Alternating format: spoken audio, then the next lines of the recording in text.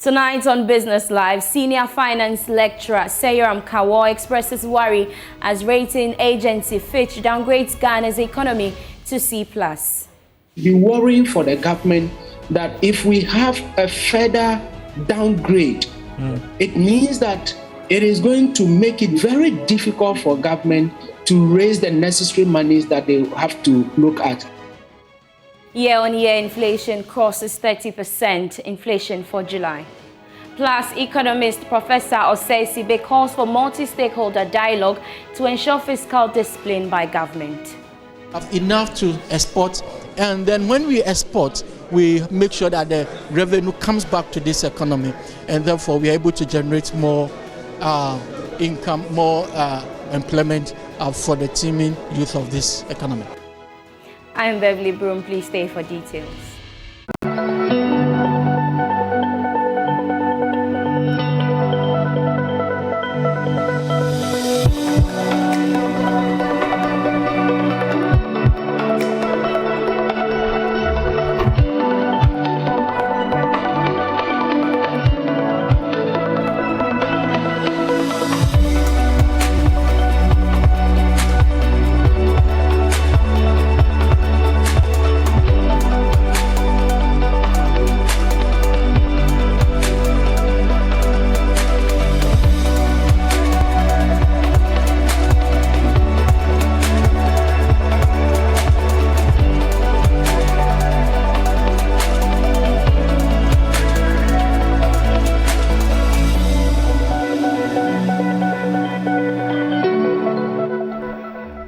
Hello and welcome. Let's settle for the details now.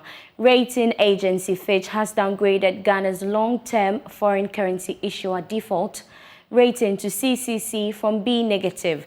The downgrade, Fitch said, reflects the deterioration of Ghana's public finance, which has contributed to a prolonged lack of access to Eurobond markets, in turn leading to a significant decline in external liquidity. The rating agency warned that in the absence of new external financing sources, international reserves of Ghana will fall close to 2 months of current external payments by end of 2022. Now, this latest downgrade comes after Standard & Poor's also downgraded Ghana's economy to CCC with a negative outlook. The government has requested support from the International Monetary Fund, which is likely to lead to additional financing from the fund and other multilateral lenders. However, Fitch said the government of Ghana's high interest cost and structural low revenue as a percentage of gross domestic product have increased the likelihood that the IMF support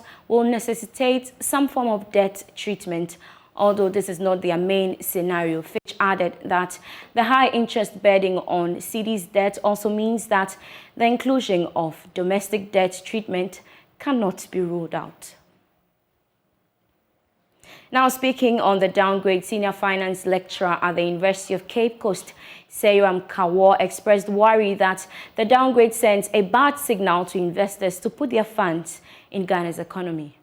Already downgrade that we have from S&P, Bloomberg, and the rest, saying that we've been brought from B minus to C, C plus, and the rest is already telling our investors that there is a possibility that Ghana will not be able to pay their debts when they fall due. And for that matter, investors is a signal that they are giving to the market that if you want to do investment in Ghana, you must be very careful when you are borrowing to the government of Ghana. Otherwise, your monies might not be paid.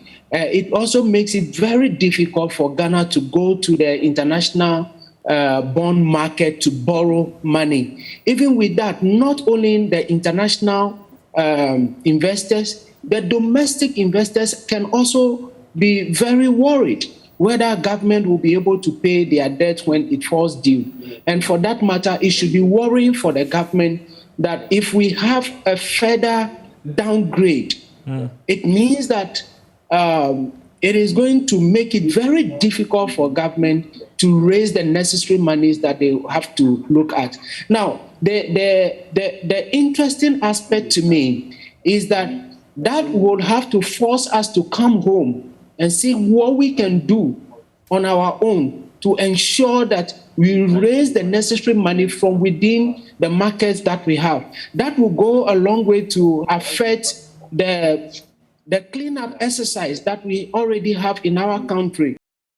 Now, year-on-year inflation crossed the 30% mark to hit 31.7% in the month of July. However, the rate of inflation slowed down in the month under review as inflation went up by 1.9% over that of the previous month. According to the Ghana Statistical Service, the increase in inflation was once again caused by 6 divisions, including transportation.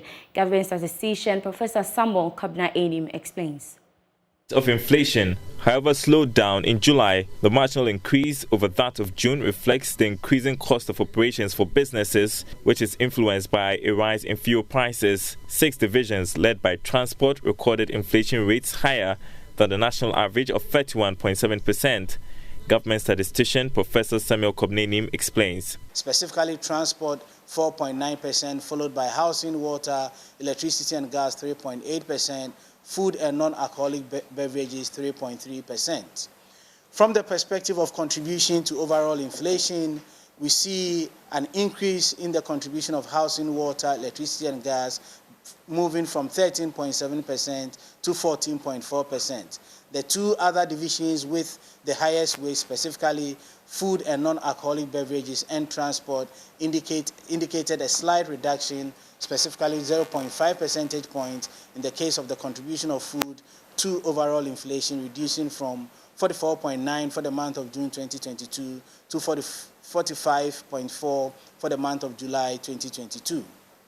For the first time in a while, the Eastern region recorded the highest rate of inflation at 38.1% due to rising inflation of non-food items. Specifically from a regional perspective and disaggregating between food and non-food inflation, we identified the Western region recording the highest food inflation of 44.8% and Eastern region recording the highest non-food inflation of 36.6%. This culminates into Eastern region recording the overall highest rate of inflation of 38.1%, followed by the Western region recording an inflation figure of 37.6%. Again, it is important to keep in mind the weights across these 10 administrative regions, with Greater Accra taking about 28.9% of the total weights across the 10 administrative regions.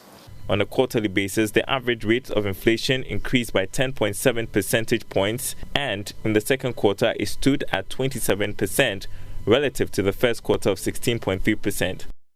Meanwhile, senior finance lecturer at the University of Cape Coast, Seram Kawo, has reiterated the need for government to work on food inflation by building the required infrastructure to move food from farm gate to the major markets at a lower cost. You see, we should not try to pamper ourselves at the back that we are doing something that is working for us. We need to face the fact that fundamentally the economy is in trouble, and for that matter, pumping money into the system to shore up the exchange rates that we have is a short-term measure. What is the overall long-term goal that we need to have as a country to solve this particular situation? For how long will the Bank of Ghana continue to pump money into the system? If you are doing that, we will end up depleting our foreign reserves. Bank of Ghana, the vice president that leads the economic management team, they need to sit up. I don't expect them to be sleeping at this time when things are going haywire. And then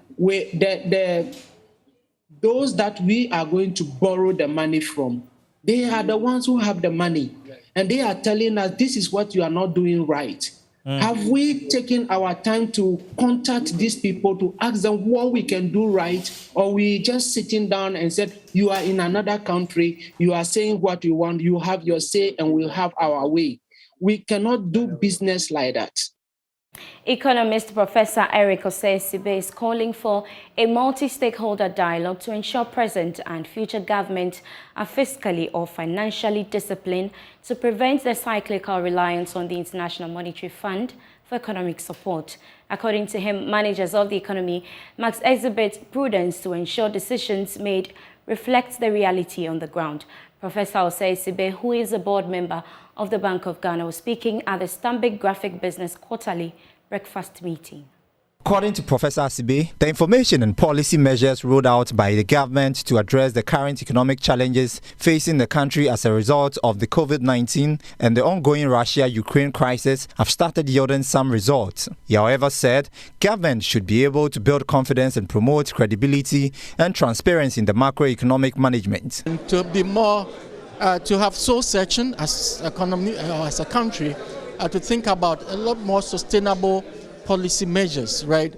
Measures that will ensure sustainable inflow of funds, export competitiveness. We have to look at that. We have to look at our productive sectors of this economy, the agricultural sector, manufacturing sector. How are we supporting this sector? For the sector to ensure that we produce enough, we have food security, we have enough to export, and then when we export, we make sure that the revenue comes back to this economy, and therefore we are able to generate more income, more employment for the teeming youth of this economy. Director of Research at the Institute of Economic Affairs, Dr. John Kwache, for his part said the country cannot continue to live beyond its means by borrowing whilst doing little to raise adequate revenue. Ghana is facing a serious financial crisis, as we all know, forcing us to seek IMF bailout. Well, living within a country's means, or what we call fiscal discipline, is an important guiding principle, because if you don't practice fiscal discipline, you cannot avoid financial crisis, or in fact, you can even get into bankruptcy. So it's a very important guiding principle. Now, what it requires is that, well, most governments, I must say, spend more than their revenue, because in life, your needs are always, more than your resources. Away from that, let's do agriculture now. Farmers will soon be purchasing fertilizers at an affordable rate as FarmerLine, a digital communication company, launches the Support a Farmer initiative. The initiative seeks to amass contributions from government, institutions and individuals to discount prices of fertilizers provided to farmers. Speaking at the launch, Chief Executive of FarmerLine, Aloysius Atta, revealed that they have so far mobilized 200,000 Ghana cedi and hopeful of achieving a target of 1 million cedis. The agri sector was among the worst hit by the COVID-19 pandemic. Russia's invasion of Ukraine worsened the plight of industry players as prices of fertilizers spiked due to the shortage. To alleviate the impact on farmers, FarmerLine, a digital communication company, has launched the Support a Farmer initiative. Here's its chief executive, Aloysius Atta. We've raised over 200,000 cedis so far. Our goal is to raise 1 million cedis in the next 4 weeks. Farmers, just like any other Ghanaian, they prefer to express themselves in their native languages. So we have a helpline, 399, on any network. Any farmer can dial it, and they can ask questions.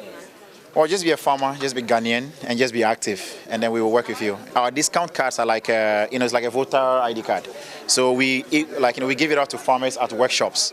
When farmers come to our workshops, we give it to them, and then they can go to any of our partners to redeem those discount cards. Yeah. FarmerLine's major partner for this initiative is IT Consortium, a technology solutions provider. Its Chief Information Security Officer, Atuyosin, explains why the app was built for FarmerLine. When we heard of FarmerLine, we decided, well, this is a good initiative. This is what is going to help our farmers.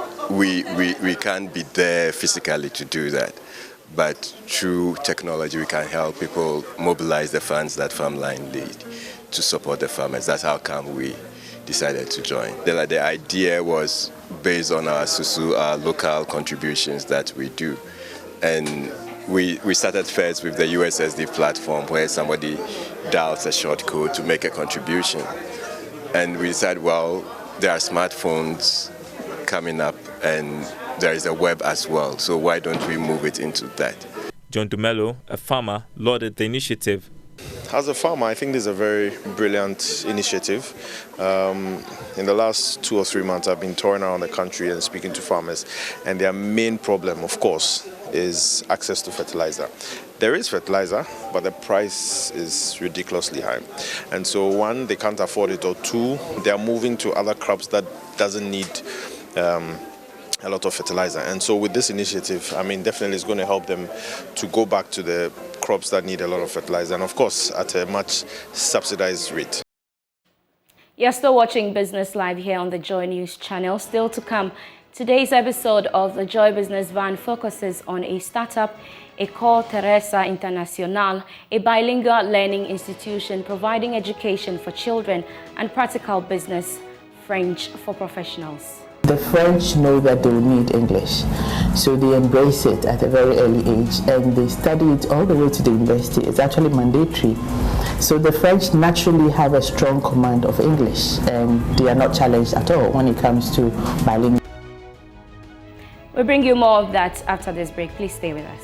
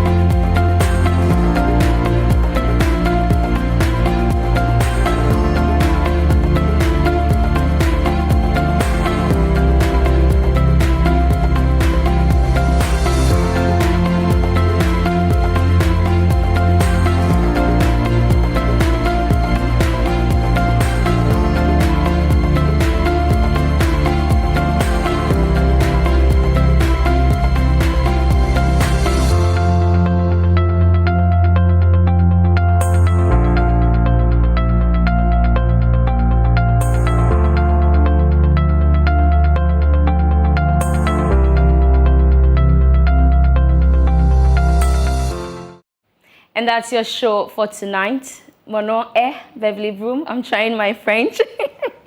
Thank you so much for watching. For more news, you can log on to myjoyonline.com/business. Thank you so much for your time. Have a good evening.